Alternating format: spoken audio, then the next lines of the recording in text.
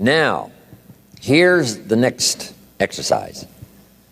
I want you to look now at the whole list that you've written and the exercises we've done.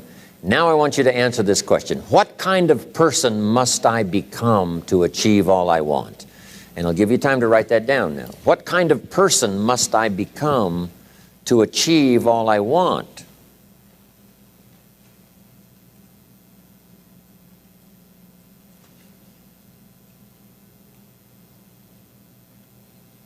Now we've got two things working. What you become helps you to achieve, and what you achieve helps you to become. And the more you become, the more you can achieve, and the more you achieve, the more you can become. Who knows which affects the other the most?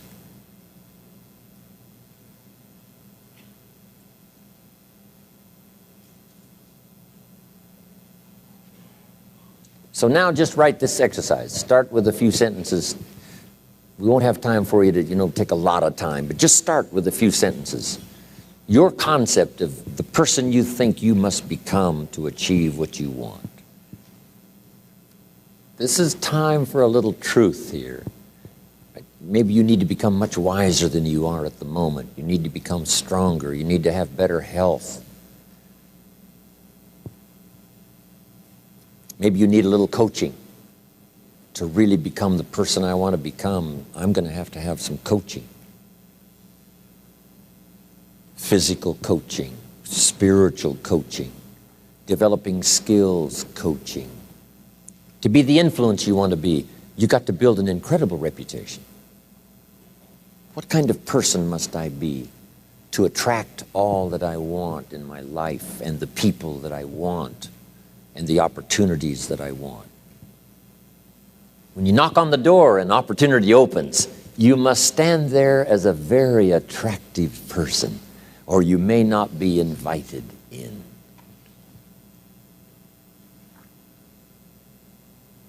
One of the most mysterious and unique phrases that Jesus ever used. Here's what he said. I stand at the door and knock. And if you opened the door, would you probably invite him in? This extraordinary person. You say, wow, yeah. And he said, if you invite me, I'll come in. We'll sit down, talk things over. For you to be that kind of attractive person, that if you knocked on the door of opportunity and it opened and you stood there, would you be the kind of person that opportunity would say, come right in and sit down and let's talk about the future? Wow. What kind of person? Okay, now put a little star there. And what the star means, right, is to finish this exercise later. Now, if you're working, right, in a workshop where you've got plenty of time, you just, take a little more time for some of these exercises. My purpose now is to give you a model to work from. Okay, now, next, on setting goals, jot these key notes down, and then we're finished. And then we're going to talk about time management before we run out of time.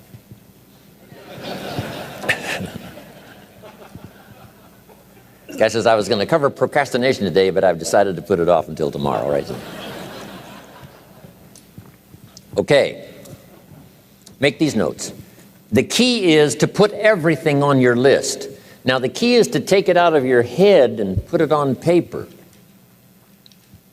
You can dream about what you want, but when you start committing it to paper, now it more formalizes. Information now starts to make a composite of an idea. And ideas can turn into hotels. Ideas can turn into enterprises. Ideas can turn into a fabulous career. We need the information. We need the stimulation. But then you'll learn now later to start putting everything on your list. Now, jot this down. It's very important, if something's not that important to you, to take it off your list.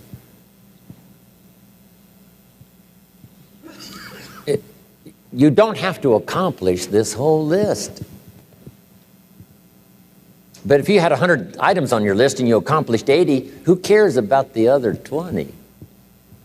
if you got the biggest share of what you went for, wouldn't that be enough? And the answer is probably yes. It'd be overwhelming.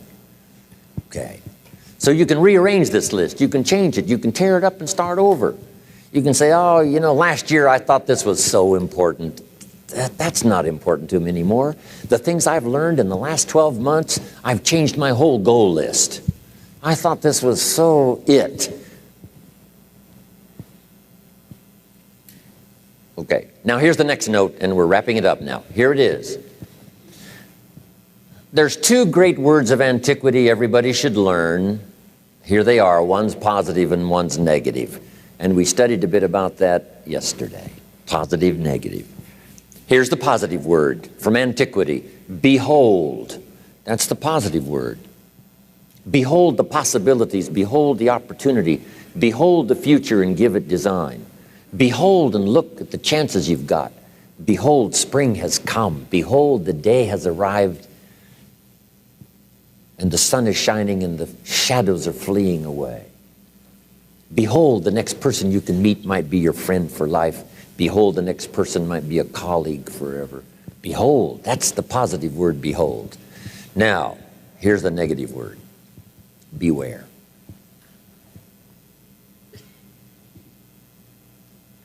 And now I want to give you a sentence to jot down that's very valuable for this weekend session. Here's what it is. Beware of what you become in pursuit of what you want. Beware.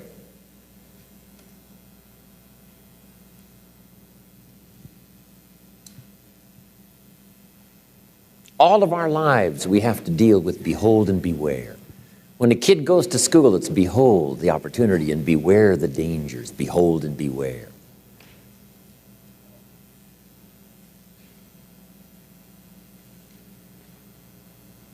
So beware of what you become, pursuing what you want. Some things I went for in the very beginning cost me too much. I got so obsessed with some things that I found out later the price was too big to pay. If I would have known better, I never would have paid. But sometimes we learn when? After. So don't become so obsessed with something that you lose your sense of reason or it costs you your friends. Don't be so obsessed with something that you compromise your virtues and your values.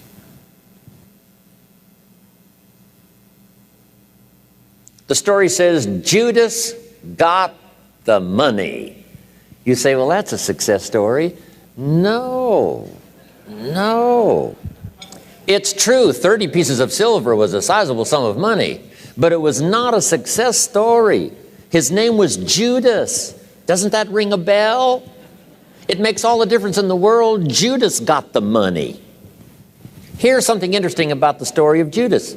After he got the money, he was unhappy.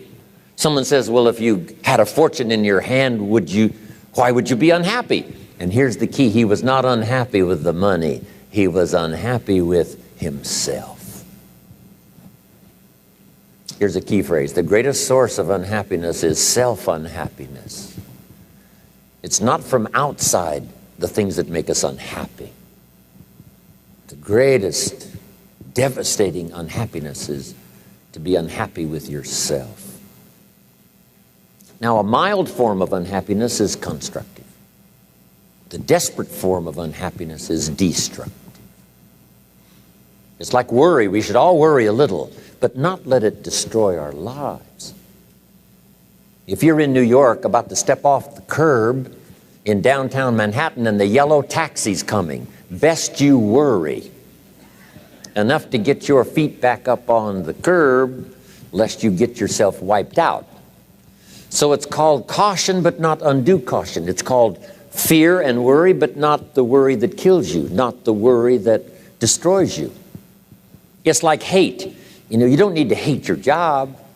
Save your hate for the important things like evil, like the weeds that attack your garden, like the diabolical ideas that try to entice your children.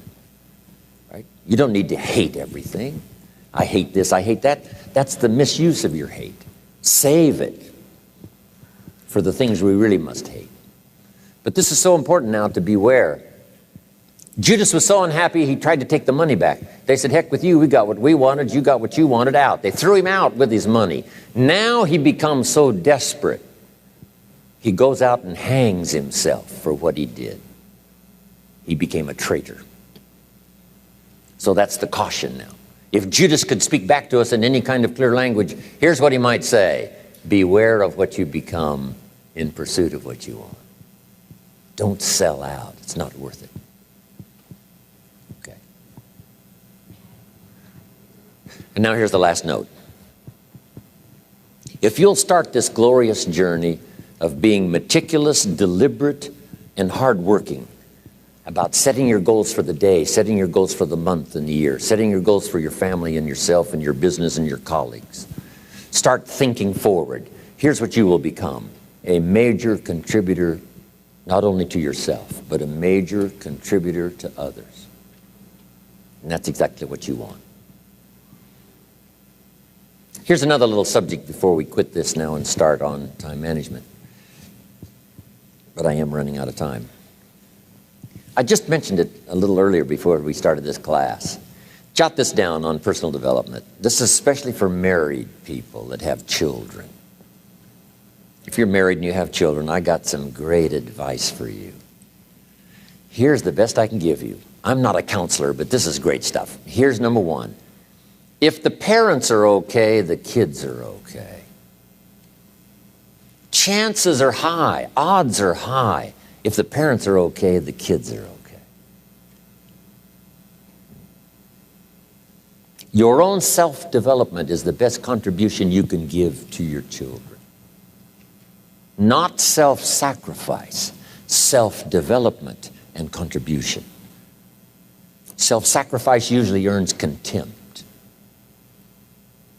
Self-development and self-investment earns respect.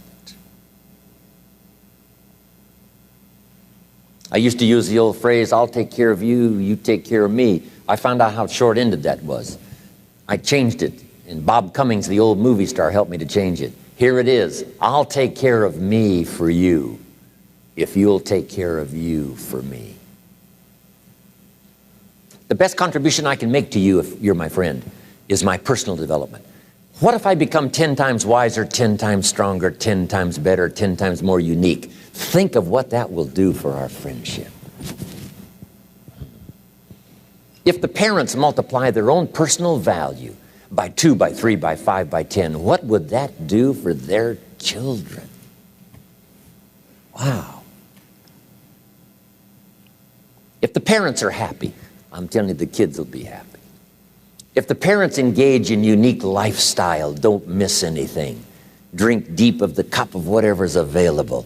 I'm telling you, if the parents are okay, the kids are probably going to be okay. Wow. If you're on an airplane, the stewardess says, if we run out of oxygen, these masks are going to drop down.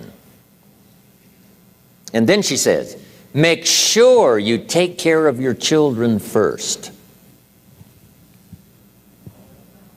No. Would you underline no? Would you underline no?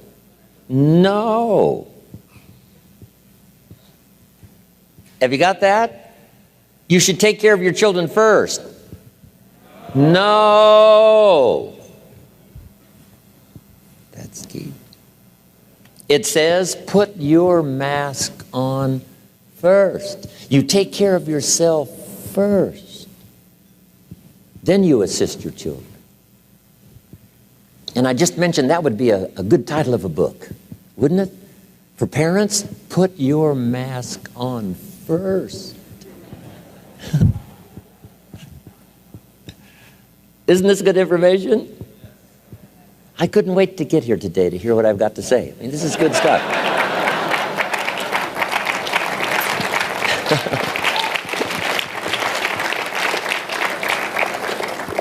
The best contribution to your company is your self-development. The best contribution to your husband or your wife is your personal development. To become all you can become, as wise as you can and as kind as you can and as unique as you can. That's the best contribution. Not self-sacrifice, self-development and self-investment. Key. Maybe that little talk might be worth the price of the weekend for the time and the money. It was helpful for me. Here's one more on that. With your family or whatever decisions you have to make, if you've made the decision, best decision you can, but it's going to cause some pain, here's what you must learn to do. Accept the pain, but not the guilt. There's part of our head sometimes that tries to make us feel guilty if we've made a decision that's been painful, not just for us, but maybe even for other people. But it had to be made. So here's the key: to accept the pain, but not the guilt. Because it's not pain that destroys you. It's guilt. Isn't that goal-setting session fantastic? I mean, this is life-changing stuff.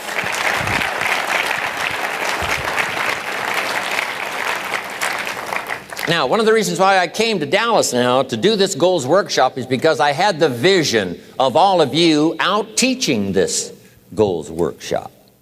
I said, well, if I can affect 1,000 people in Dallas, think of what might happen in the future if I can get everybody teaching things like this, setting goals that change your life, change your family, change your future.